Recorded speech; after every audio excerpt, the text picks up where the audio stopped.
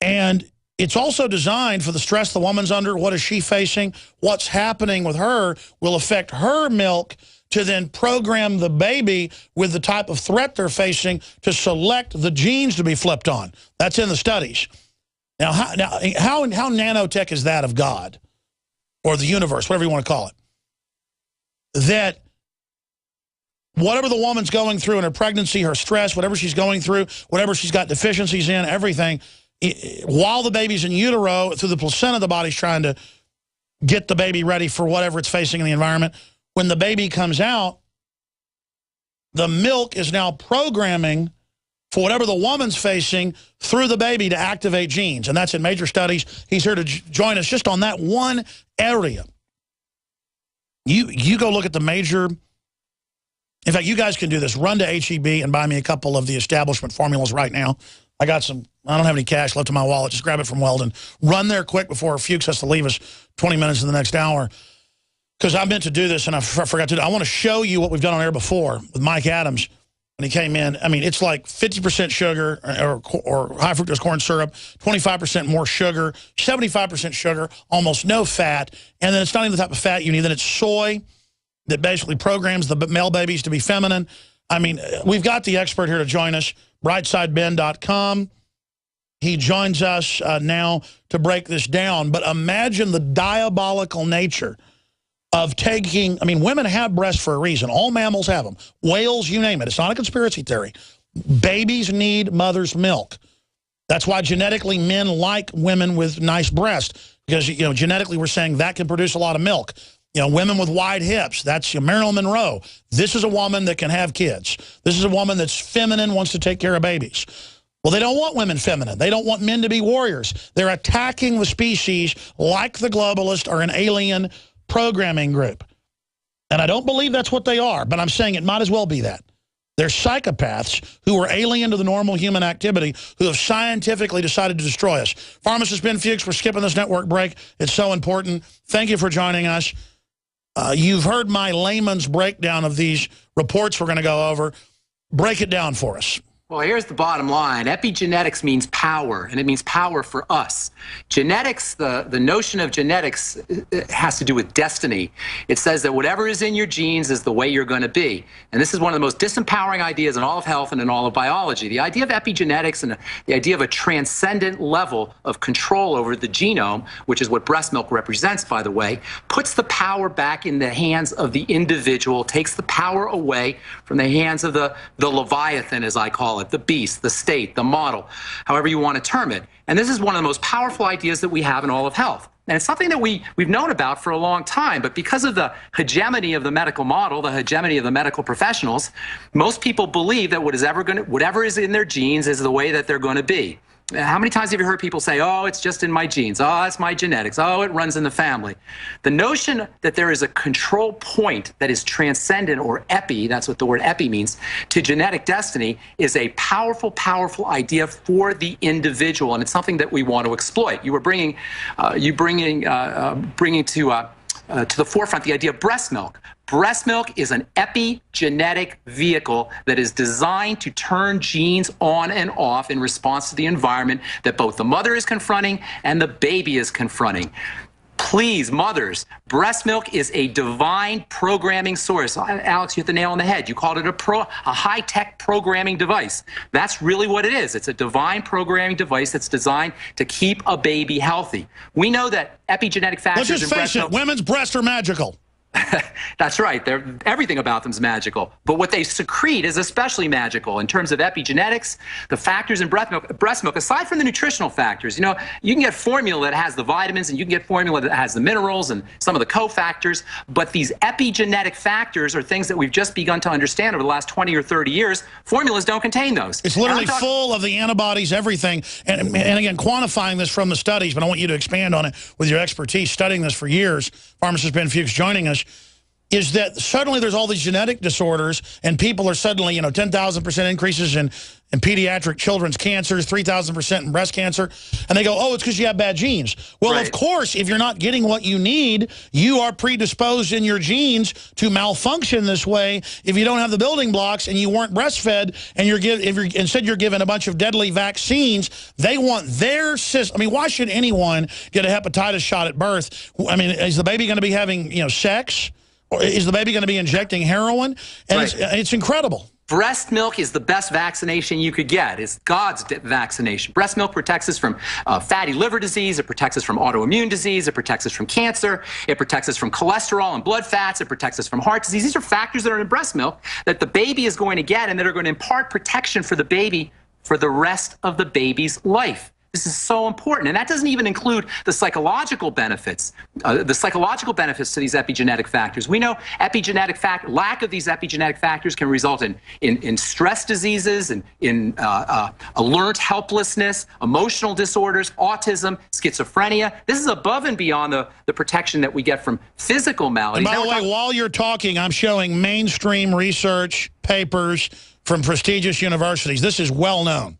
This has been well known. I graduated pharmacy school in 1986. I had professors telling me about epigenetics back then. Today we're starting to hear about it more and more, but we've known about a control point of the genetics, a control point to genes for 50 or 60 years. In fact, the word epigenetics was coined in the 1950s, I believe. So these are not new ideas. These may be new ideas to the mainstream, but these are not new ideas to biologists. By the way, I'm showing .gov, the Centers for Disease Control, the NIH, you name it, they're all admitting this.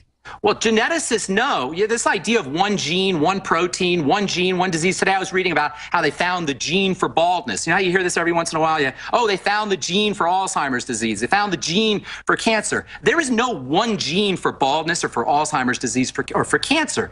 Genes turn on and off based on epigenetic factors that are nutritional, that are emotional, that are psychological. And what's more, and this is very important when it comes to things like genetically modified organisms, genes relate to other genes and turn on and off via communication with other genes. So when you manipulate the genome by pulling out genes or putting in genes, you're manipulating the entire genome, and you never have no idea what you're going to be getting. This is such an important idea for scientists to be so glib with the fundamental component of the intelligence of life, which is what the genome is. Well, obviously, mammals need their mother's milk. And they've pretty much got it to the point where they harass women that try to breastfeed. The media acts like it's weird. I mean, if they have their way, someday it will be a conspiracy theory to say that women ever even breastfed or even gave birth. Notice how like 60-something% of hospitals now force women to have cesareans because then every other baby they get to do that. It affects the child. I mean, it's just all a scam. When a baby comes out of the womb, it's coated with bacteria, and that bacteria become that baby's personal health guardians for the rest of that baby's life. That bacteria, those bacteria that coat the baby as it leaves the womb and enters into the world, they get into the baby's mouth, they go into the baby's digestive tract, they implant in the baby's womb. Those bacteria protect a baby from colon cancer, from digestive distress, from heart disease, from emotional disorders, from autism. And when you have a baby who's born cesarean, he's completely deprived of those bacteria. So what do the doctors tell you? Oh, we'll just give you a little supplement. We'll give you a little probiotic. We'll give you a little formula. This is not the divine way. This is not the way that nature has intended it, has intended babies to be born into the world. It's no wonder, Alex, that we're confronted with the largest chronic disease crisis in the history of mankind, despite the fact that we have the most medicine. It's no wonder people are on antibiotics from birth till death. It's no wonder people glow in the dark now and look like they can't even pick up a 5-pound weight. Oh, and we haven't even gotten to the bisphenol A and the pesticides and the toxic effects of epigenetics, the relationship between poisons, the relationship between pollutants, the relationship between prescription medications and the genome. Well, I want you to get into that in the next segment, but right now, because I heard your show a few weeks ago, you were breaking it all down, get into the science, the different cofactors that's in the breast milk, so people understand how important this is, that the major wiring of the brain happens the first 2 years. and then up to age 5, it's fully mapping. I mean, this is the time they tell, put kids on low-fat diets. Well, it's trans fats that are bad. Don't children need more fat than adults? Heck yes, and what's more, they need more cholesterol than adults. How do you like that? Cholesterol, which we've been talking about, and this, you and I have been talking about it for probably for 3 or 4 years now, about how important cholesterol is. Cholesterol is a prime building substance, not just for cells, not just for muscles, but for the brain and for the nervous system. Alex, it's like there's a conspiracy to destroy our minds. There's a conspiracy to destroy our ability to think clearly. There's a conspiracy to destroy the prefrontal cortex, the executive center, the choice center, the part of our brain that makes us human. There's a conspiracy to promote the lizard brain, the reptilian brain, the survival brain, the fear brain, the part of our brain that shuts down our ability to heal and to thrive. We are in survival mode psychologically, we're in survival mode emotionally, and now we're in survival mode epigenetically and physically through manipulation of the genome, through prescription drugs, through poisons in the environment, and through lack of information, through misunderstandings that promote the idea that we have to be what our genetics say we are.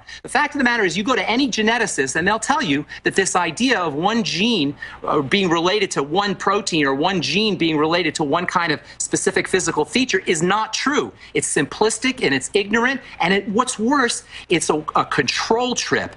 And it's a profit center as well, because it allows pharmaceutical companies to come up with medications that manipulate the genes. And this is what the latest pharmaceuticals do. They work at the genetic level, with this idea that by pharmacologically addressing the gene, by pharmacologically changing the gene, you can impart health. How the heck can a human being who knows nothing about the genetics of the body, which is really basically what we know, 1 to 2% of the gene is thought to be active. Let me interrupt. Just look at what antibiotics were great but overused, all the nightmares they created. Look at how everything ends up turning out to be worse down the road. Now they've got thousands of facilities with gene guns, as you know, just randomly splicing RNA, DNA, chimeras. I mean, talk about that some. What do you make of crossing? Chimeras? Yeah. Yeah, well, H.G. Wells wrote, how do you like the fact that H.G. Wells wrote The Island of Dr. Moreau in 1896? 120 years ago, he knew that there would be this idea of manipulating genomes of different animals, building things together, creating these He wrote about atomic wars in 1900. He was a master Illuminati. Isn't that amazing how he knew all this stuff? It's crazy. But the idea of chimeras is really what we're confronting. This is the next likely step in genetic modification. We have GMO plants, which are basically chimera plants. How big a leap is it to chimera animals? How big a leap is it to chimera humanoids, for that matter? They've already done it. They don't have any rights. They just keep them in laboratories. It's on record. But, I mean, you know, the animal rights groups talk about animals having rights, which I agree they do have some, obviously. How we treat animals is how we treat ourselves, especially the higher order, elephants, dogs, you name it. But what about these chimeras? Don't they have rights? You know, these pigs that have human genetics in them? Right, chimera rights. That's the next step, you know?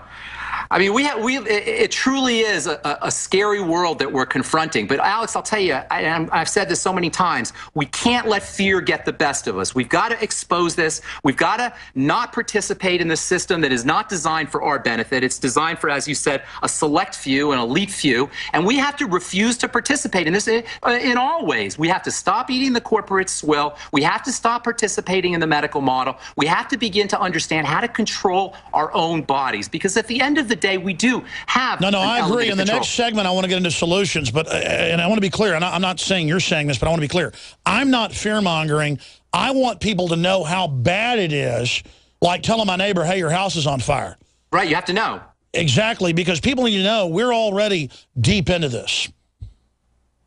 We are deep into this. That's absolutely the case. I mean, by the time the lay public hears about something, it's already been in the scientific literature for decades, sometimes for 3 or 4, even 5 decades. So if you hear about something in the New York Times or in the Daily News or in Time Magazine or Newsweek, you can rest assured that scientists have been discussing this in the literature for decades, and it's the same with epigenetics and genetics.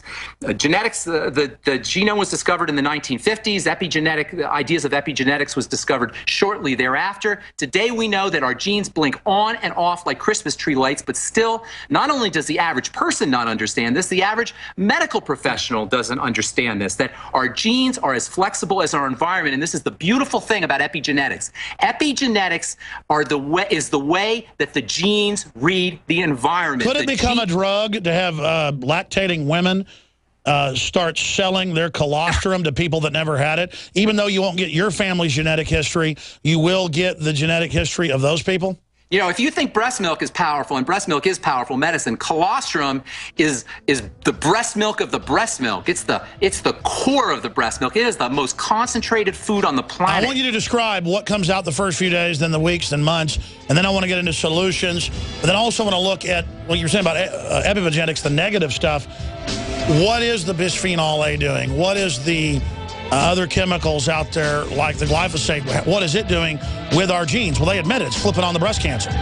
We'll be right back with Ben Fuchs. Stay with us. We're on the march. The Empire.